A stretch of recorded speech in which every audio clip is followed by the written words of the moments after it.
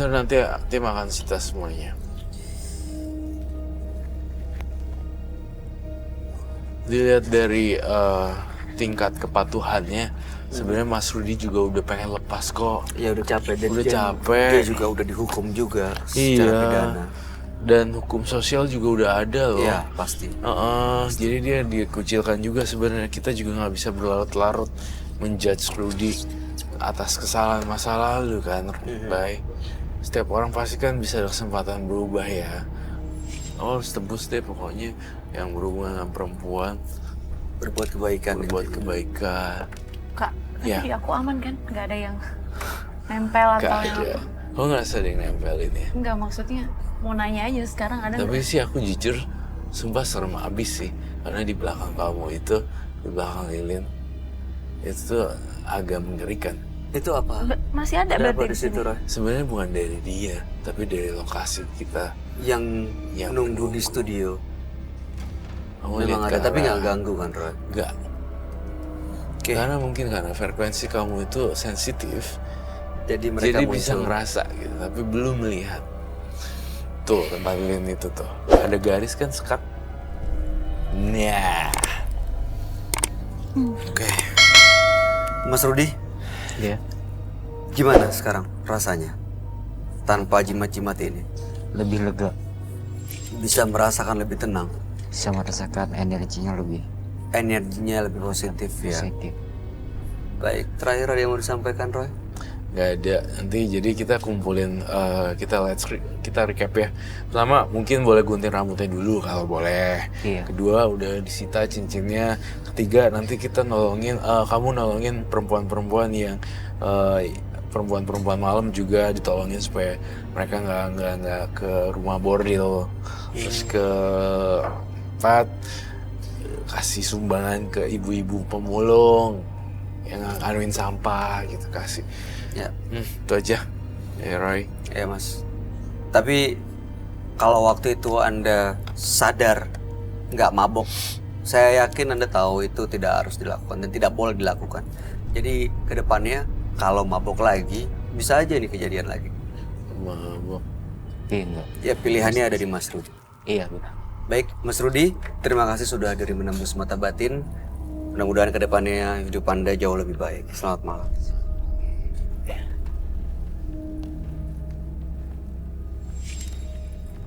Kenikmatan sesaat akan menghantarkan Anda menuju jalan sesat.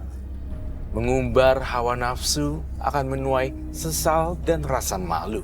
Berikutnya akan hadir seorang pria yang mengaku sebagai mantan. Malam hari ini kami akan panggil dia dengan nama samaran. Kami persilahkan Hanif.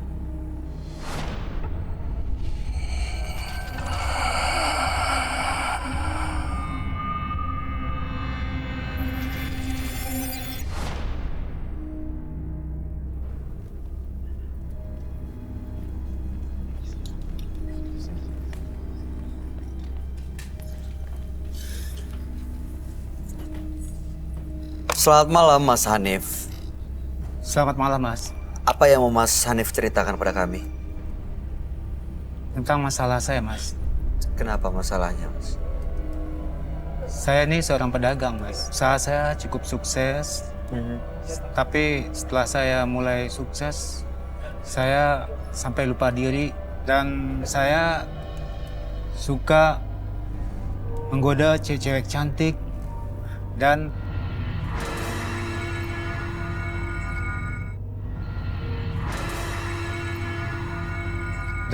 saya suka menggoda cewek-cewek cantik dan membayangkan cewek-cewek cantik itu dan pengen memilikinya. Oke. Lalu? Setelah saya berusaha mendapatkan cewek-cewek itu, saya selalu mengajak cewek itu untuk dengan saya. Oke. Jadi semua wanita yang Anda dekati Anda ajak. Iya, Kemudian apa yang terjadi? saya melakukan sampai hasrat saya terpenuhi. Hasrat saya terpenuhi sampai wanita yang saya tidak berdaya lagi. Mereka tidak berdaya sampai meninggal? Atau berdaya, enggak, gimana maksudnya enggak berdaya? Iya, sampai meninggal. Awalnya saya perlakukan wanita itu secara normal. Tapi semakin hasrat saya semakin tinggi. Dan sampai wanita-wanita itu tidak berdaya. Tapi saya tetap menyalurkan hasrat saya. Sampai wanita-wanita itu melawan dan saya tetap melanjutkannya. Sampai mereka tidak berdaya. Ya, begitulah. Oke. Dengan cara apa ya? Ya, tergantung. Oke, Ada yang macam-macam. ada juga wanita itu yang melakukan perlawanan. Oke. Dan saya akan menggunakan apa yang di sekeliling saya untuk Asal dia sampai. Iya. Lalu kemudian apa yang terjadi dalam hidup Anda? Ya, setelah saya melakukan hal tersebut, akhirnya saya terjerumus ke dunia itu dan masuk penjara. Oke, jadi Anda pertanggungjawaban secara hukum di penjara. Setelah itu? Ya, waktu saya di penjara, saya mengalami goncangan yang sangat kuat, depresi yang sangat kuat, dan Karena berat. tidak bisa menyalurkan hasratnya. Ya, ada Lalu? juga penyesalan Mhm. terhadap perbuatan yang sudah saya lakukan. Oke, jadi Anda berubah lebih baik. Ya, dalam hati saya ingin normal, ingin berubah lebih baik setelah keluar dari penjara. Tapi itu sia-sia. Kenapa? Usaha saya tidak berhasil. Justru saya mengalami tekanan batin yang sangat berat. Oke, kemudian? Kemudian saya merasa tidak nyaman dengan keramaian orang dan saya mencari ketenangan dengan pergi ke hutan menyendiri. Oke, menyendiri ya. Sebelum kita bahas dia ngapain di hutan, saya mau mundur lagi ke belakang saat Anda di wanita lalu memanya sampai dia meninggal. Gimana kronologinya? Ya, kronologinya biasa. Saya mengunjungi klub-klub malam, menggoda wanita-wanita cantik dan mengiming-imingan mereka dengan uang dan perhiasan. Ya, mereka ngikut sama saya. Dan sampai saya ajak mereka untuk menyalurkan hasrat saya. Kamu tadi ada pertanyaan apa? Itu tadi di hutan ngapain aja? Oh ya, tujuan saya ke hutan untuk mengasingkan diri untuk mencari ketenangan. Berhasil? Tapi tidak berhasil. Justru di hutan itu saya menemukan ada sosok wanita cantik. Sepertinya dia itu bukan manusia, tapi berasal dari alam lain. Tapi sosoknya sangat cantik sekali dan dia selalu menggoda saya dan dekati saya. Oke, baik. Sampai sekarang masih ikut? Ya, masih. Oke, jadi tujuan Anda malam hari ini datang ke Menembus Mata Batin untuk bisa terbebas dari gangguan sosok perempuan ini dan mendapatkan ketenangan, begitu? Atau yang lain? Iya, Mas. Baik, kalau begitu Anda akan kami ajak langsung bertemu dengan sahabat kami. Iya. Dia adalah seorang indigo. Kami persilahkan, Roy Kiyoshi. Sebelumnya, tim Mata Batin sudah memberikan tanggal lahir dan nomor rumah partisipan kepada Roy Kiyoshi. Dengan mata batinnya, Roy akan membaca berdasarkan angka yang kami berikan.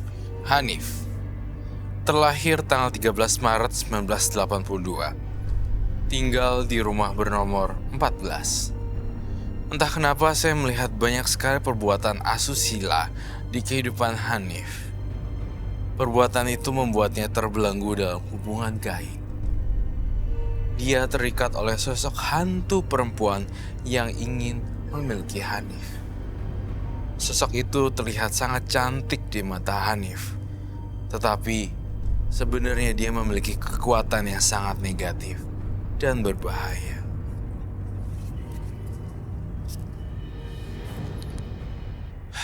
Saya melihat sosok hantu perempuan yang menyeramkan menguasai tubuh Hanif. Saya melihat dalam kondisi batin Hanif di luar kontrol dan kendali, sama sekali tidak terkendali.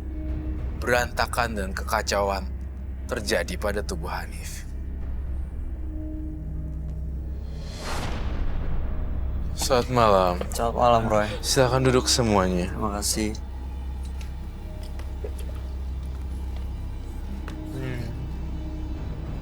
Oke. Saya kok perasaannya nggak enak ya. Lihat Pak Hanif? Hanif. Pak Hanif lahir tanggal 13 bulan 3 1982 dengan nomor rumah 14. Benar.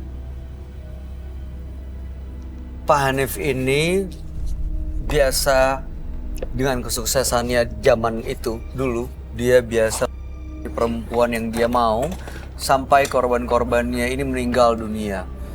Sudah dihukum, tapi keluar dari penjara, dia masih merasakan hal yang tidak nyaman. Bahkan dia berangkat ke hutan, tapi di hutan itu menemui sosok wanita. Dan sampai sekarang sosok wanita itu masih terus mengikuti dan mengganggu. Makanya datang ke Menembus Mata Batin supaya bisa terbebas dari sosok gaib misterius itu.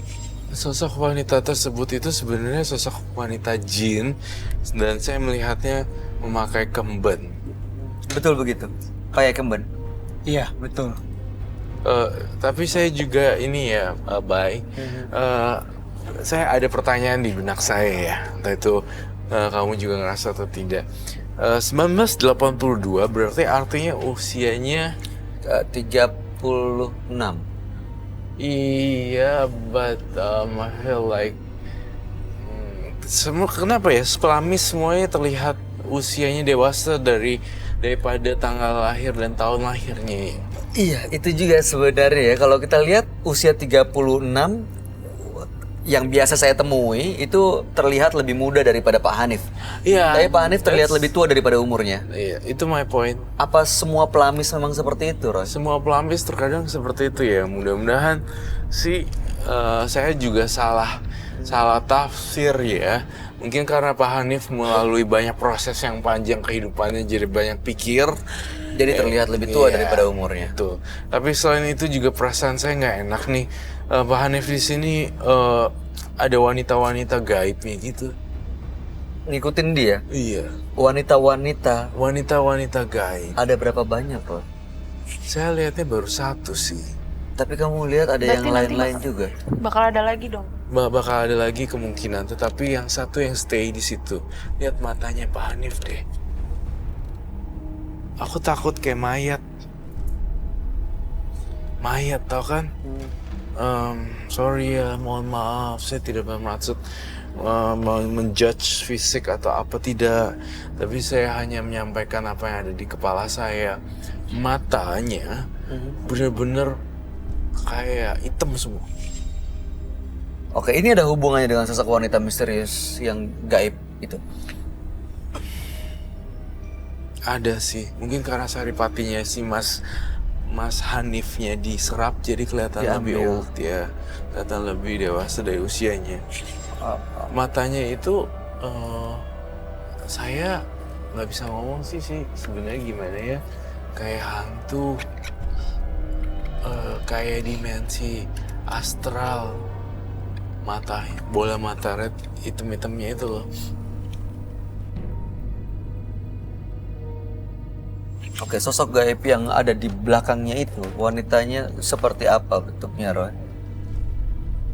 Saya ngeliat serem sekali. Benar-benar menyeramkan.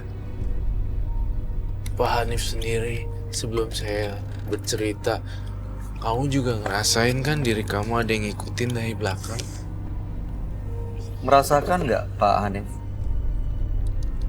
Iya, saya merasakan, tapi karena udah terbiasa, jadi jadi nggak begitu peduli gitu. Baik. Kamu masih kuat kan ya? Jangan terlalu dalam lihat matanya ya. Gue ngeri dia tuh kayak Narik orang. Aduh, udah aku nggak lihat. lihat mulutnya atau hidungnya. Terus apa yang dirasa Pak Hanif? Merasakan seperti apa? Yang saya rasakan, saya selalu pengen ketemu dengan dan dibayangin sama sosok wanita itu. Di pikiran saya, dia selalu ada. Dia selalu ada di pikiran kamu. Malahan, sering dalam mimpi saya, dia seolah pengen mengajak saya untuk dijadikan sebagai pasangan. Dan pada suatu hari dia pengen mengajak saya untuk hidup di dunia dia. Dan seperti di sebuah hutan itu ada kayak istana yang sangat megah. Kak Roy, tapi tadi aku ngeliat kayak ada bayangan ya di situ deh. Iya benar. Persis sama muka ini. Nah. Sekilas doang gitu. Di mana? Bener nggak sih? Di belakangnya. Di Pak. belakang, persis di belakang bapak ini. Itu apa? Itu siapa, Roy? Ya, itu yang bilangnya naksir apa ya? Itu yang Yang suka sama dia? Iya, Yang ngikutin? yang Itu tadi. menyukai Yang ya, nempel gitu. Kamu lihat juga ya ternyata di Tadi aku belakangnya. lihat. Sekilas iya, kalau diperhatiin matanya lagi muncul loh di belakang tiba-tiba. Nih ya, saya praktekin.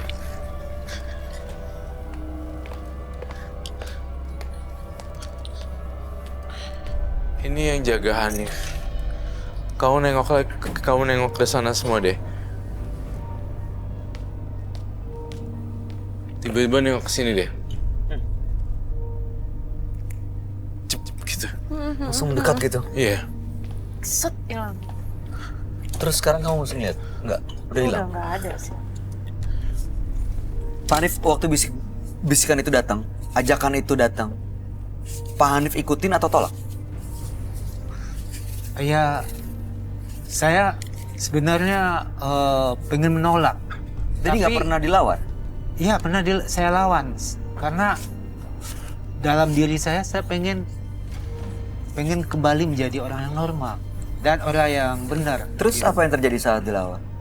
Ya dia tidak apa-apa, tapi Tetap ngikutin? tetap ngikutin dan tidak bosan-bosannya. Malahan Terus ngajak? iya, saya dalam mimpi saya pun dia selalu datang dan selalu mengajak saya.